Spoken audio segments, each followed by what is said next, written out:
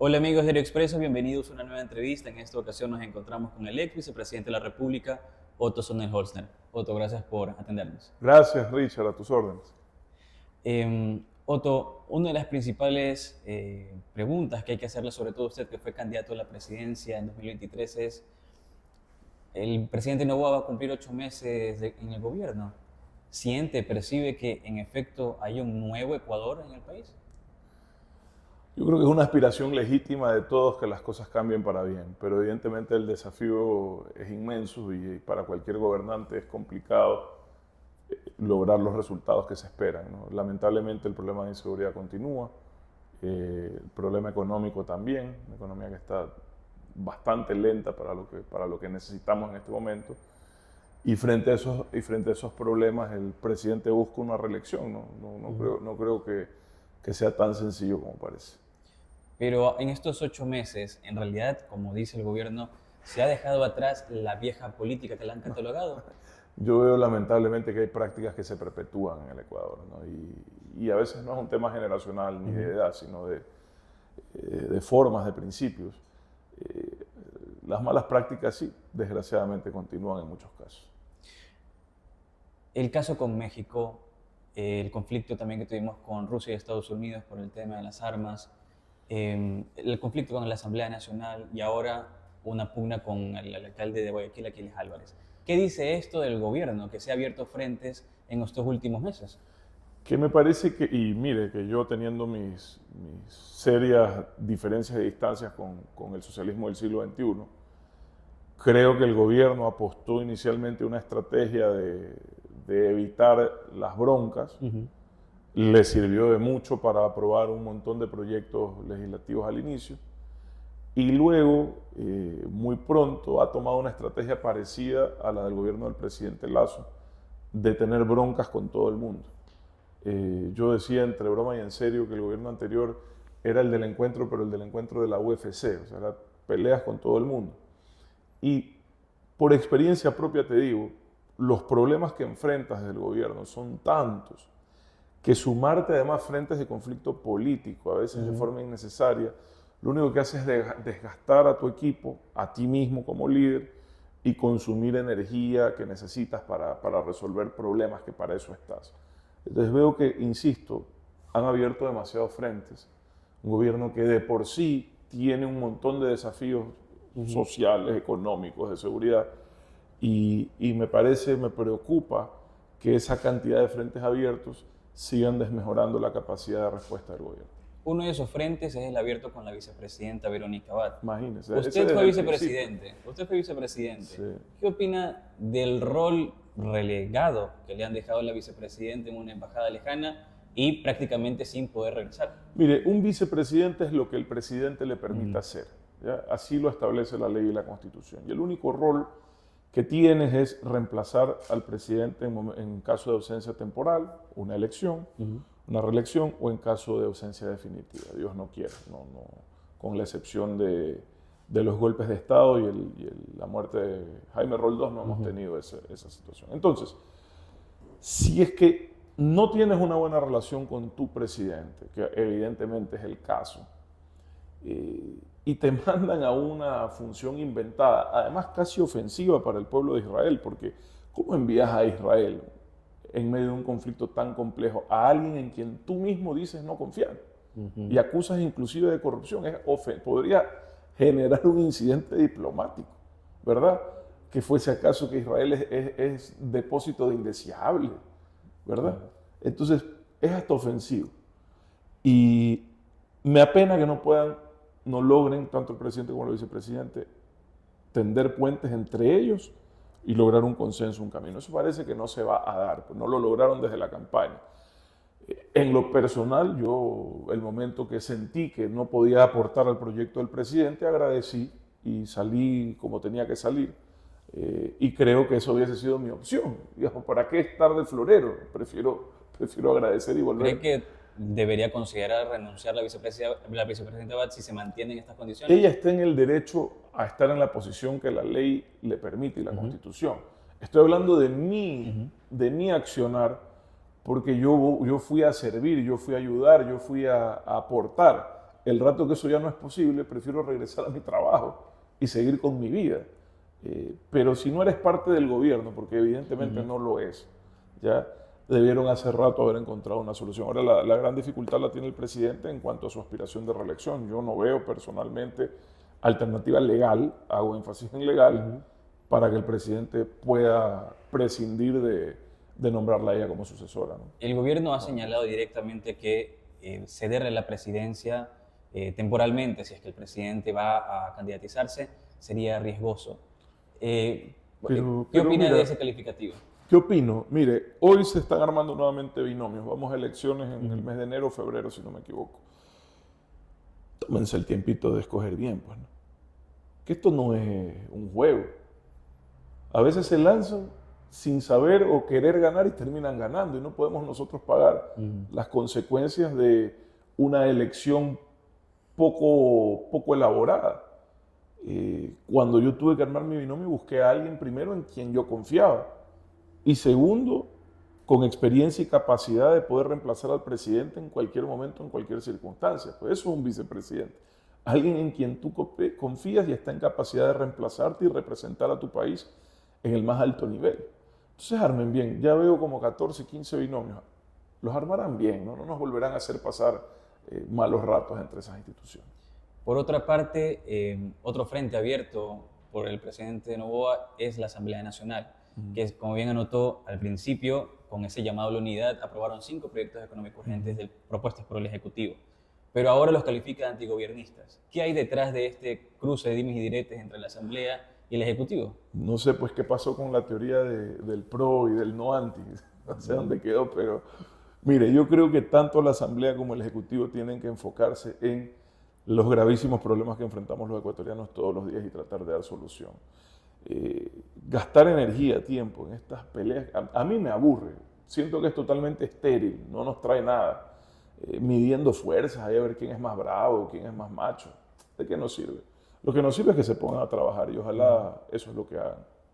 Han calificado de autoritario al presidente Daniel Noboa con todo lo que hemos repasado hasta ahora. ¿Considera que está dando vestigios de autoritarismo el presidente Daniel Noboa? Yo creo que hay casos en donde yo personalmente, y sé que es impopular lo que voy a decir, pero yo personalmente no hubiese actuado así. O sea, yo insisto en que si bien es cierto, no faltaron provocaciones por parte de México, nunca habrá justificación para invadir una sede diplomática y esperemos que las consecuencias sigan manteniéndose bastante limitadas. Si bien es cierto, hay comunicadores que a uno en el poder le incomodan, yo no puedo repetir los errores del correísmo de expulsar gente, perseguir, quitar visas. Eso ya lo hizo el correísmo, eso yo lo combatí cuando lo hizo el correísmo. Y esperaría que eso no continúe ocurriendo en el Ecuador, porque la democracia, la libertad, la lucha contra el populismo, contra el autoritarismo, no tienen bandera ideológica. Pueden venir de la izquierda, de la derecha, donde sea. Es un comportamiento humano que se tiene que limitar en función del respeto al Estado de Derecho y a la institucionalidad. Y yo sé que lo que te estoy diciendo suena aburrido y la gente dice eso cómo se come, y a la gente hoy en día, en este mundo polarizado, lo que le gusta es la bronca, lo que le gusta es ver quién es más bravo. Pero hermano, aquí si seguimos ojo por ojo vamos a terminar todos ciegos y no creo que eso nos convenga. Ahora que nos acercamos a las elecciones presidenciales de 2025 y repasando lo que está haciendo la presidencia de Daniel Noboa, Ecuador es un país donde se cumple el divide y reinarás, que es la que están aplicando los dos últimos gobernantes al menos. Pero también tenemos antecedentes de anterior, pero al menos los más recientes. Claro, lo que pasa es que los que aplican eso se confunden y creen que esto es monarquía. Aquí no necesitamos reyes, aquí necesitamos mandatarios que estén al servicio de los problemas de la gente. Y eso es lo que tenemos que buscar. Y en eso es donde nos tenemos que enfocar. Entonces sí, el divide y reinará sí, cuando quieres ser eso, un rey.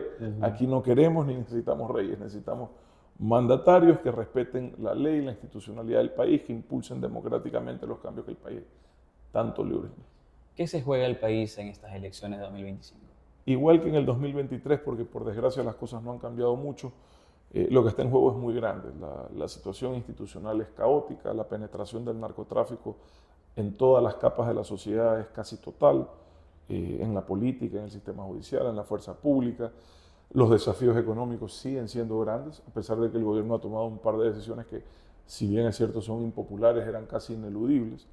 y difíciles de implementar, debo reconocer, por experiencia propia. Y me parece que lo que está en juego es el futuro de todos, la posibilidad de encontrar aquí en nuestra propia tierra un futuro y no en otro lado. Justamente lo último que mencionó, el presidente Noboa ha tomado decisiones complejas, el aumento del IVA o, por ejemplo, ahora la eliminación del subsidio. En el gobierno del presidente Lenín Moreno, en el que se también sirvió un periodo como vicepresidente, un tramo, eso llevó a una crisis social. ¿Cuál es Claro, la diferencia ahora de que al presidente Noboa ha desactivado esas crisis que se fueron reactivando? algunas. Primero que el presidente Moreno tomó esas decisiones entrando en el tercer año de su mandato. Ujú. Entonces ya estás con el desgaste del gobernante. Pero en el caso de él, el primer tramo en el que yo no participé, él tenía un proceso de reconstrucción política. Entonces la parte económica tuvo que postergarla, en mi opinión. Segundo, que se hizo en octubre del 2019, se hizo de golpe. Ujú. Y ante la presión de la necesidad de planificar presupuesto y presentarlo ante la Asamblea, quizás se falló en la comunicación de las compensaciones, que es lo más importante. Y eso para mí fue el detonante, ¿no? Tercero, el timing, o sea, es decir, el momento en el que se hizo. Esa semana justo estaban convocadas marchas de los movimientos sociales e indígenas y lo que hicimos fue alimentar esas marchas que probablemente no iban a tener mayor trascendencia.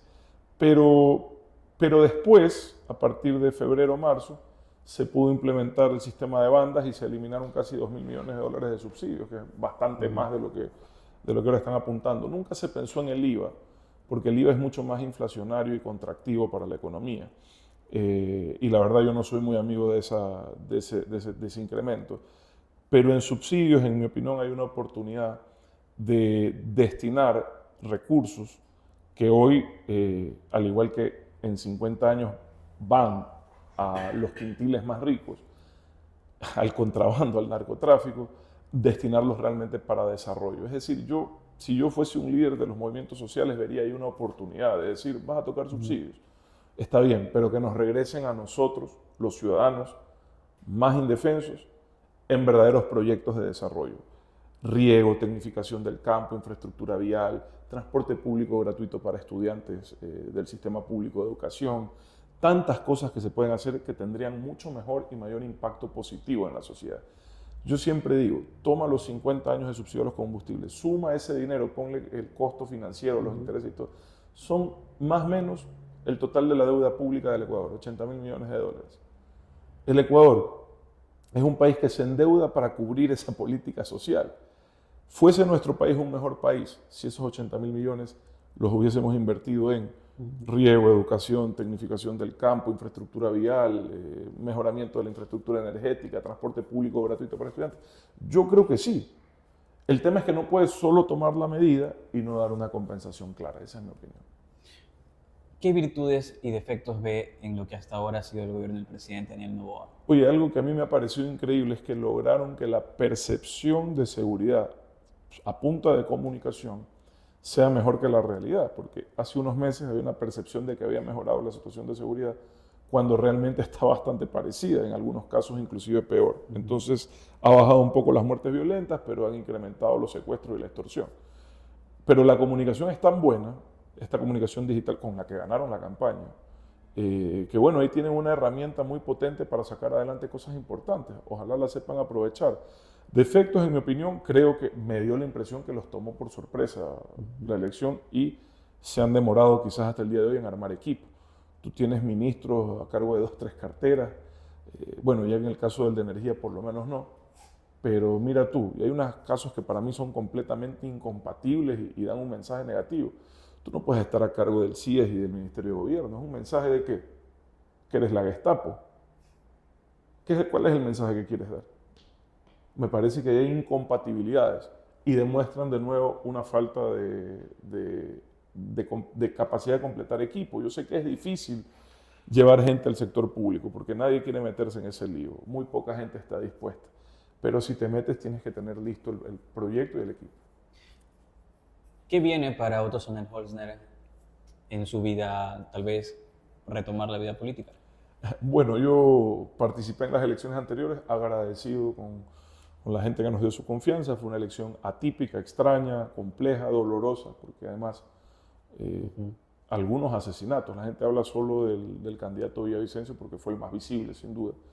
Pero el alcalde de Manta, nuestro candidato en Esmeralda, River Sánchez, es decir, desgraciadamente fue una primera campaña llena de violencia en el Ecuador y eso es doloroso e incidió sin duda en el estado de ánimo de la gente y por ende en el resultado de la elección.